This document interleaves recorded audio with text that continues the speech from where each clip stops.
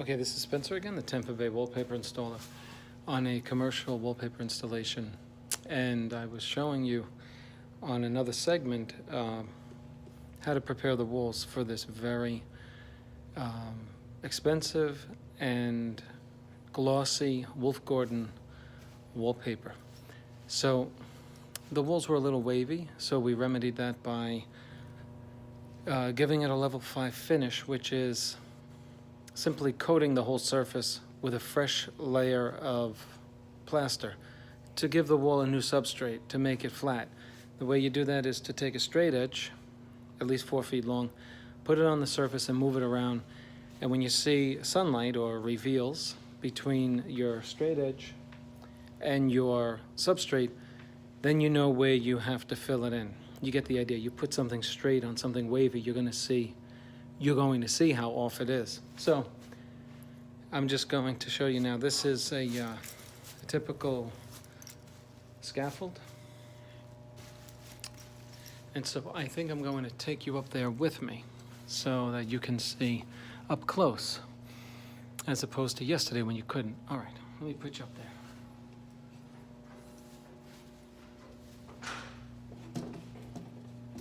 Be right there.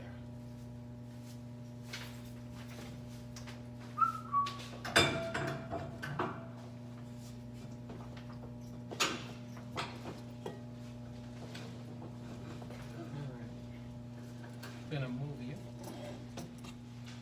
so that we can both share this space.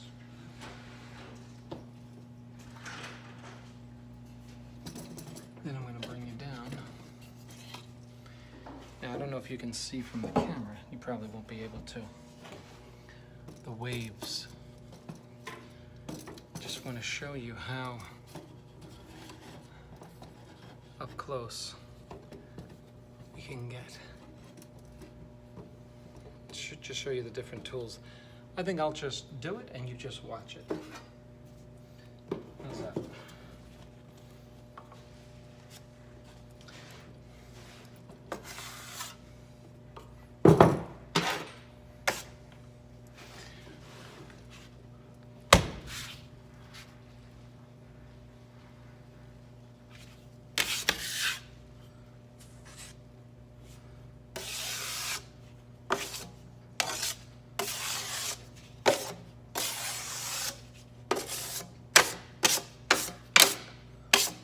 All right.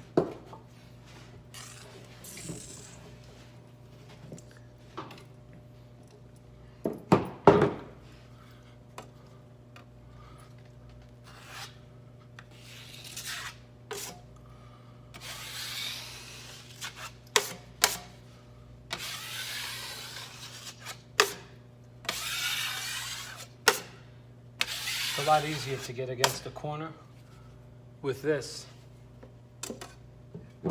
than it is with this. It's just easier.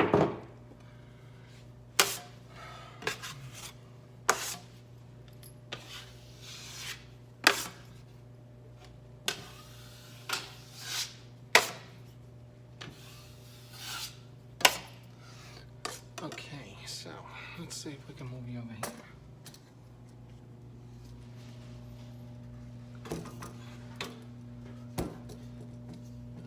Oh, that looks pretty good. Yeah.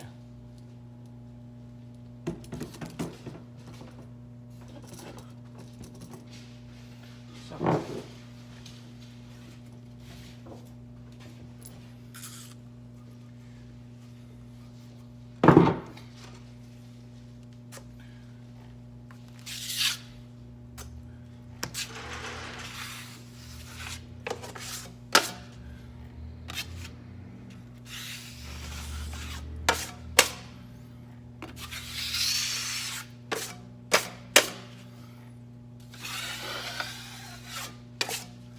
See, as I'm dragging my blade, I'm looking for this, I'm feeling for this, up and down. If I feel this up and down, guess what I'm gonna do? I'm gonna take this and go this way. It's very simple. If you got waves that are horizontal, in other words, you got humps going this way, well, you're gonna take your you're going to take a 14-inch and you're going to go this way to fill in the lows. If you have it the opposite, where it's like this now, you're going to come down. Because if you don't, you're going to see it. You have to know how to fill in the highs and the lows. Plastering is simple if you just think about what you're doing. You're filling in highs and lows. Now, is anything ever perfectly straight? No. The idea is that you don't see it. Isn't that the whole idea? You don't want to see it, right? So the way to do that is the wider the blade, the greater chance you're going to have to cover your lows. After all, you have to meet the highest level of the wall. Let's say your wall is 1/4 of an inch out toward you from the top to the bottom. You wouldn't even see that difference. But if the span took place in a matter of a square foot, you'd see it. All you would have to do is get a 20-inch trowel and just feather out the edges. You wouldn't see it. That's what hiding your seams is all about. You're building up the area around your seam in order that you feather out the hump so you don't see it. What you're really doing is you're making the light, whether it be natural or artificial, to not get trapped in the hump on the wall. See, did you ever notice if you look at a white wall and you see dark spots when the sun is out? Why is that? It's because of the humps in the wall. The hump is hiding the sunlight, so it creates a shadow. What you're looking to do is to cover, to fill in where the hump is. You're looking to fill on both sides of the hump. On the sides of the hump, it's called a low.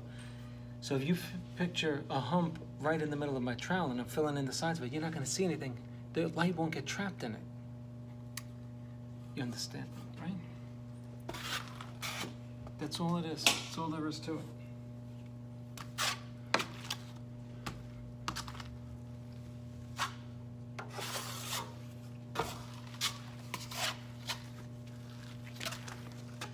I watched my man Kirk Giordano last night. You want to see a good plasterer? Kirk Giordano. The guy's amazing.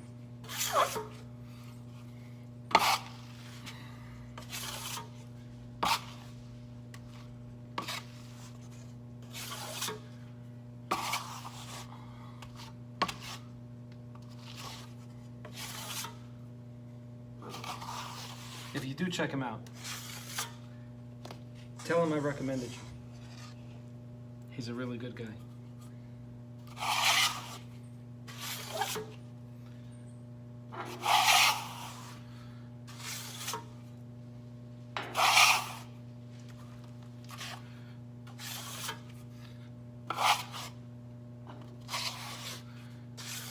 Another good guy I recommend on YouTube, a guy from whom I learned a lot, is Chris Berry. B&K Painting, the Idaho Painter, very good. Another guy, DF Crown, awesome. If you're into doing your own stuff, put those guys, subscribe to their channels. They're awesome, I'm telling you. I never spoke to DF Crown, but the guy's expert, crown molding, all woodwork.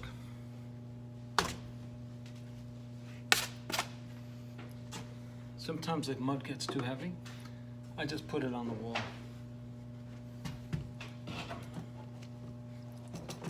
All right, buddy. Now, let's do this.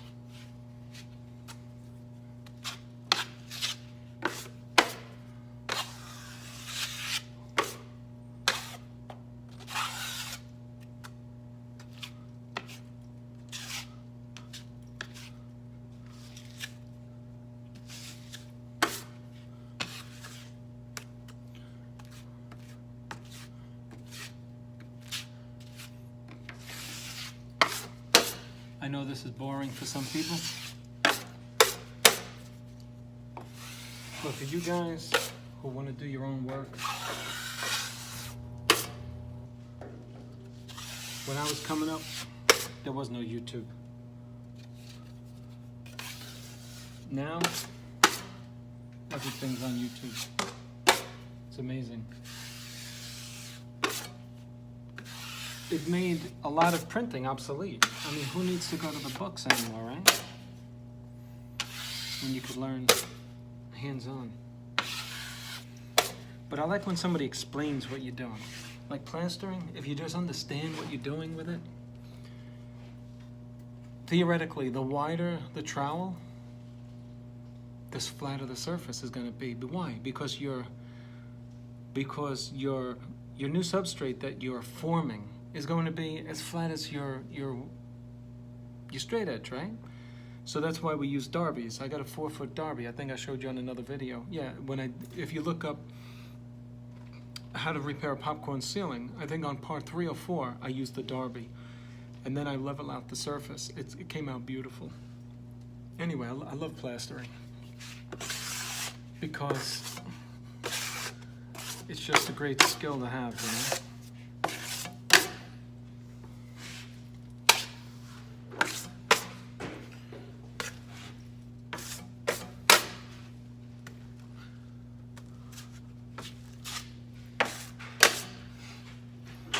I was a police officer.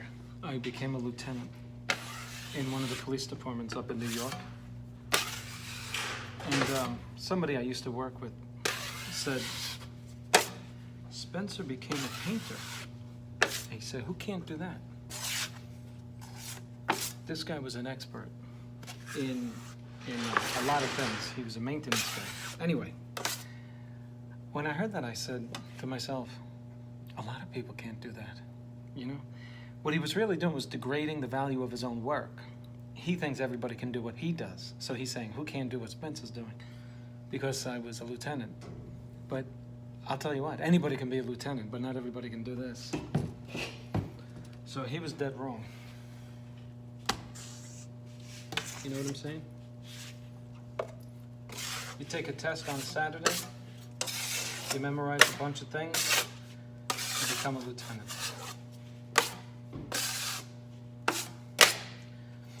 A good tradesman is very hard to come by. A guy who shows up on time, a guy who's not always bombed, right?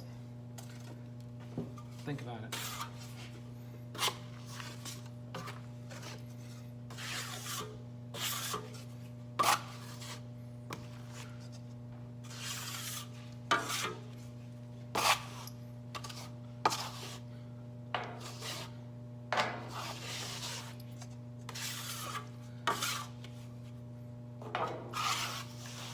See what I'm doing?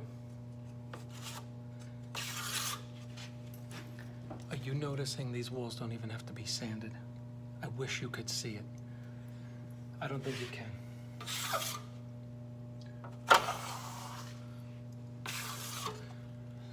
It's all in the tool. It's this thing. It really is.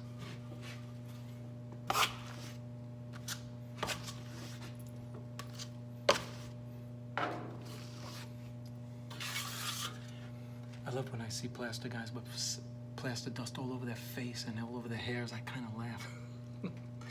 They're using taping knives. That's why they got to sand everything. They go like this with a taping knife, and they're holding it the wrong way. This is the way to hold it. It's like an iron. Anyway, the taping knife, the 10-inch taping knives, they make all the track marks. That's why you got to sand it. It's crazy, right? Anyway, it's true. I mean, sometimes you might hit something and, you know, you gotta come back and sand it, but this doesn't have to be sanded.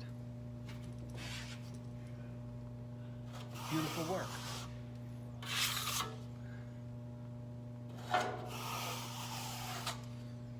You know what I'm saying?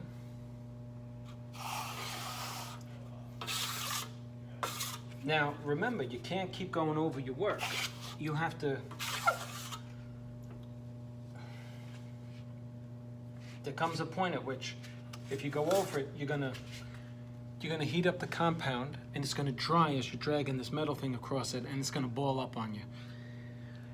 You know, like, because of friction, it heats it up. I'm not gonna show you because I don't want to make the mark on the wall, because then you gotta come back to it, and I don't want to be playing that game. But if you should get a thin layer of compound after you stroke it once and then twice, if you should come back to it a minute later, it's going to ball up on you because it's so dry.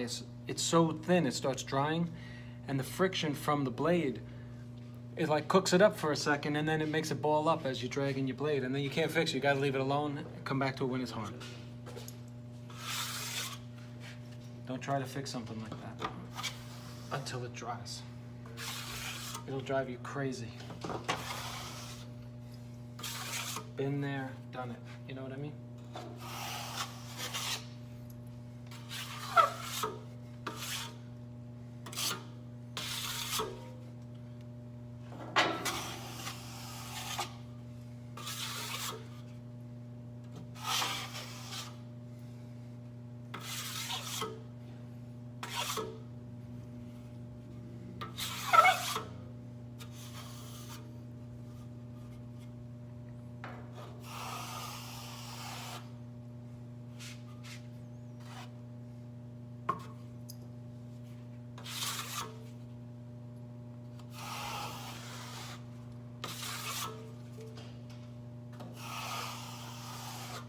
Okay.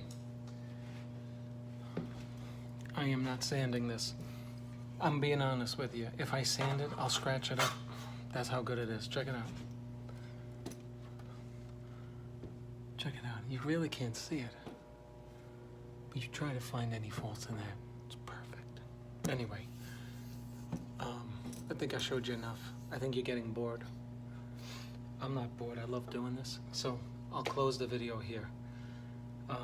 Any questions, leave it down in the comments section, and I'll be glad to answer.